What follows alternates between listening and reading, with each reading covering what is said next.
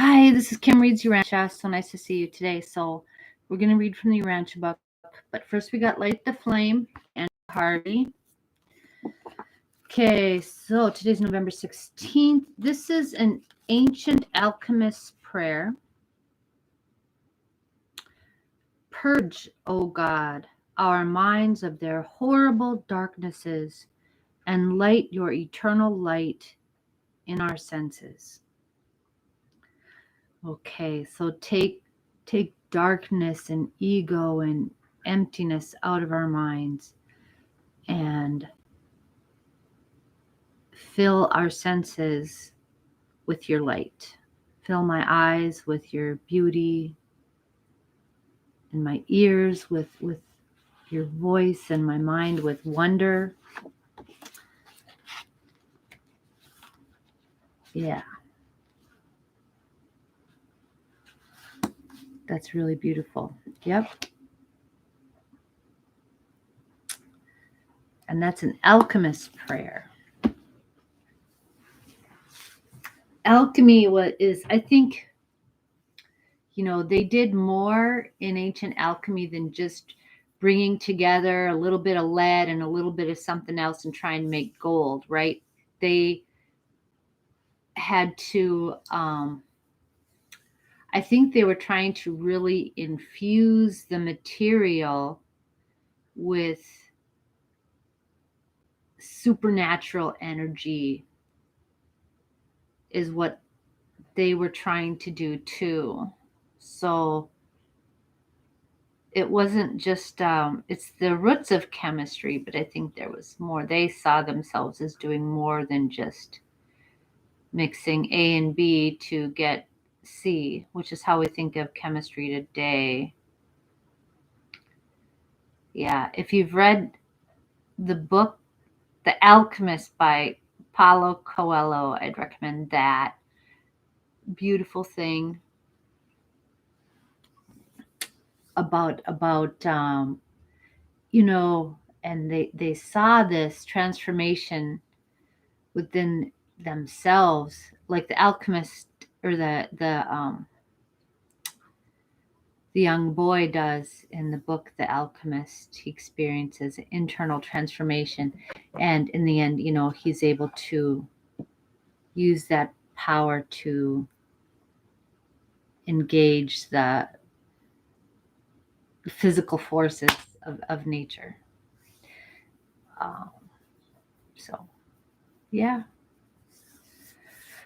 Okay, well, let's go ahead and read from our Urantia book. So we're on paper 26, and we're talking about the ministering spirits of the central universe. So this is a paper that's primarily about angels. Angels are these ministering spirits. Section 1, the ministering spirits. So this is an overview of all of these angels. Okay. Angels are the ministering spirit associates of the evolutionary and ascending will creatures of all space. They are also the colleagues and working associates of the higher host of the divine personalities of the spheres. The angels of all orders are distinct personalities and are highly individualized. They all have a large capacity for appreciation of the ministrations of the reversion directors. And the reversion directors, of course, are the spirits that will take us back in our memory to relive the meaningful experiences that we had, those lessons, both I think for remembering the lessons of our past and utilizing those, accessing that information, and also I think for entertainment, for pleasure, because pleasure is something that's, you think of heaven as being like, there's no pleasure, or there's, you know what I mean. aside from just worshiping God and stuff like that, which is great, you know what I mean. But there's lots of kinds of pleasures and entertainments, and I think it's so diverse in heaven, and yeah, I appreciate that a lot. Together with the messenger hosts of space, the ministering spirits enjoy seasons of rest and change. They possess very social natures and have associative capacity far transcending that of human beings. So they have associative capacity. I don't even know what that means. What is associative capacity? Ability to make associations. Okay, like we on the autism spectrum make quite random associations with things that are just come out of the blue sometimes. Okay, I see that a little bit. But the prior pages or the messenger hosts of space, they have very social natures. Okay. The ministering spirits of the grand universe are classified as follows: 1. Supernaphim, 2. Seconaphim, 3. Tertiaphim, 4. The Omniaphim, 5. Seraphim, 6. The cherubim and sanobim, 7. Midway creatures. The individual members of the angelic orders are not altogether stationary as to personal status in the universe. Angels of certain orders may become paradise companions for a season. Some become celestial recorders. Others ascend to the ranks of technical advisors. Certain of the cherubim may aspire to seraphic status and destiny, while evolutionary seraphim can achieve the spiritual levels of the ascending sons of God.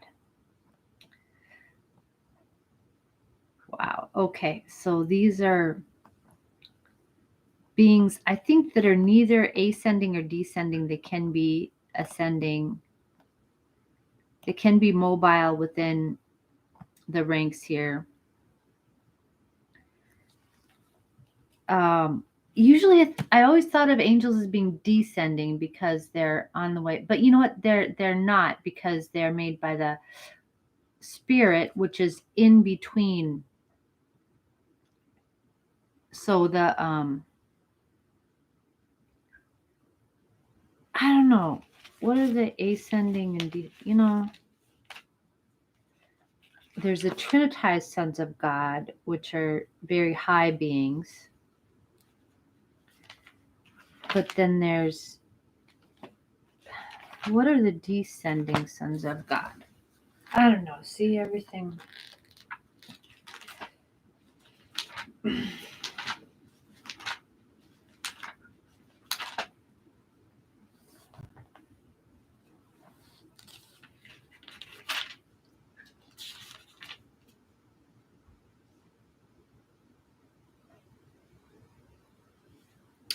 Sons of God.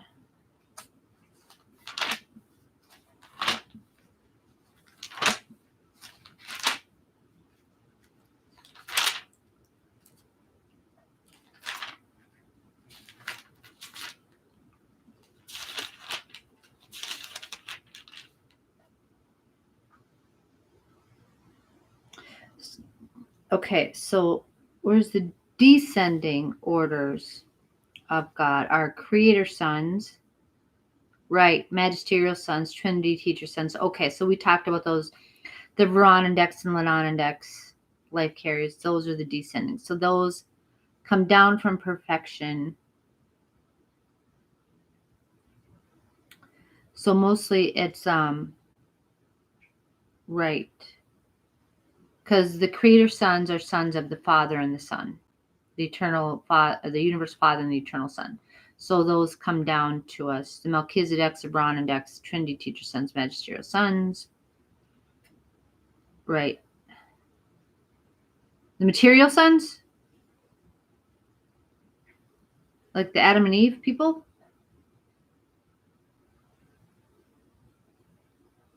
Oh my goodness.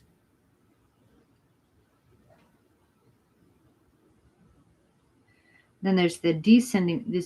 Okay.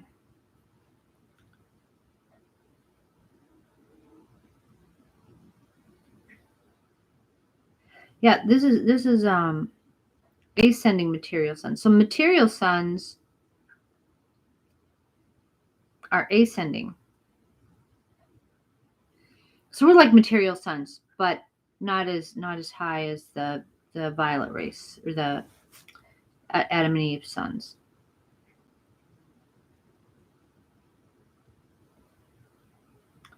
Mortals are ascending sons, but not till after fusion with our thought adjusters. Okay. Okay. Just, that's kind of an aside. Okay. Okay, let's go. The 7 orders of ministering spirits, as revealed, are grouped for presentation in accordance with their functions of greatest importance to ascending creatures. 1. The ministering spirits of the central universe. The 3 orders of Supernaphim serve in the Paradise Havona system. Primary or Paradise Supernaphim are created by the Infinite Spirit. The secondary and tertiary orders serving in Havona are respectively the offspring of the master spirits and of the spirits of the circuits. Okay. 2. Ministering spirits of the super universes, the Seconophim, the Tertiaphim, and the Omniaphim.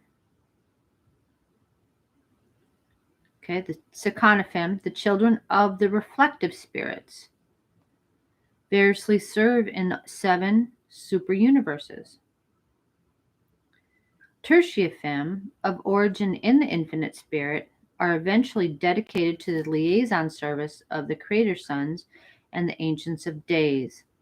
Omniaphim are created concertedly by the infinite spirit and the 7 supreme executives, and they are the exclusive servants of the latter.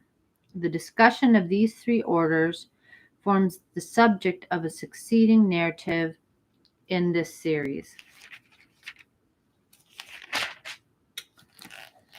3. The ministering spirits of the local universes embrace the seraphim and their assistants, the cherubim. Okay, so local universes, seraphim. Super universes are the Seconophim and Tertiaphim and Omniaphim. Omniaphim, right. So that's 3 parts of the, okay, and then the paradise, we're talking about the Supernaphim. Supernaphim. Okay, when we get to the midway creatures, that's just our planet. That's just a planet. Okay, the ministering spirits of the local universes embrace the seraphim and their assistants, the cherubim.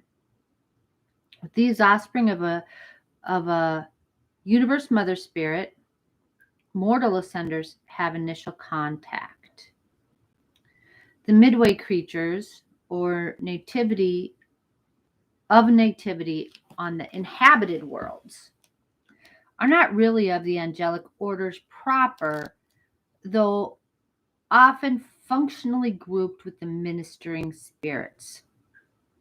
Their story, with an account of the seraphim and cherubim, is presented in those papers dealing with the affairs of your local universe. Okay, because that has more to do that. So this part of the book is more about the super universe level of creation. Okay, all orders of the angelic hosts are devoted to the various universal services. and they minister in one way or another to the higher orders of celestial beings. But it is the supernaphim, sekanophim, and seraphim who, in large numbers, are employed in the furtherance of the ascending scheme of progressive perfection for the children of time.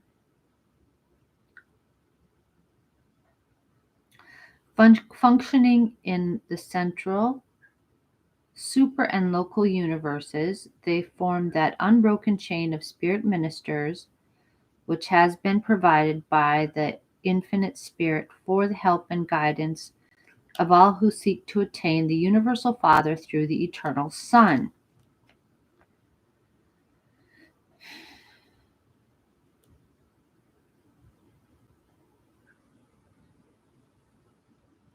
Okay, so that's interesting. Well, these helpers are provided by the infinite spirit, but they're not seeking the Father. Well, I think through this, first you have to go through the Spirit, and then the Son, and then to the Father. Isn't that true? Yeah.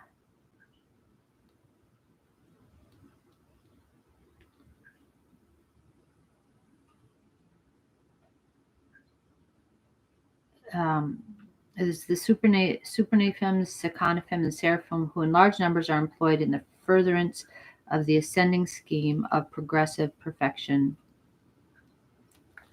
Okay, all right. Supernaphim are limited in spiritual polarity.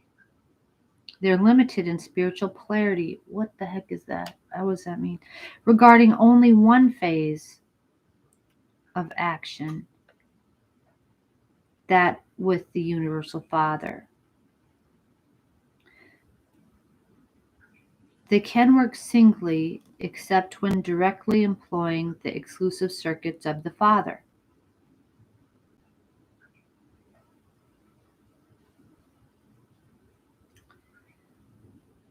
Okay, so that must be something with Tao, because spiritual polarity has to be something about Tao. It's like working with your opposite to achieve some kind of perfected status of balance, right? Okay, they can work singly except when directly employing the exclusive circuits of the Father. When they are in power reception on the Father's direct ministry,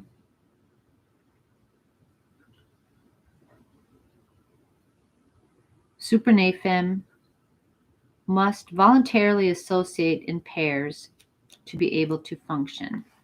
When they are in power reception on the Father's direct ministry, so they have to work in pairs, okay?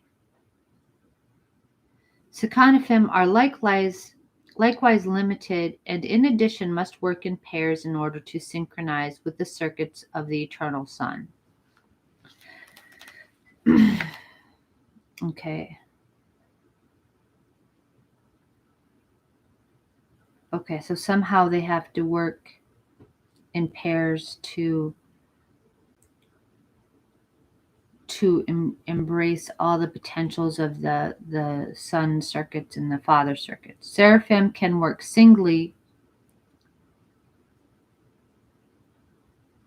as discrete and localized personalities, but they are able to encircuit only when polarized as liaison pairs. That's really interesting. So when they're out doing business, they can work on their own, but when they're receiving the power circuits of the Father and the Son and the stuff, they need to be in pairs. Seraphim can work singly as discrete and localized personalities, but they are able to encircuit only when polarized in liaison pairs. When such spirit beings are associated as pairs, the one is spoken of as complemental to the other, like yin yang. Complemental relationships may be transient. They're not necessarily of a permanent nature. Okay. All right. So they can exchange partners. Maybe have the same partner for a while and then they can exchange partners. These brilliant creatures of light are sustained directly by the intake of the spiritual energy of the primary circuits of the universe. Okay, so they do that to take in the energy from the primary circuits so they can function, like charging their batteries. Urantia mortals must obtain light energy through the vegetative incarnation, but the angelic hosts are encircuited. They have food that you know not. That's that energy from the circuits. They also partake of the circulating teachings of the marvelous Trinity teacher sons. They have a reception of knowledge and an intake of wisdom, much resembling their technique of assimilating the life energies. That's really fascinating, guys.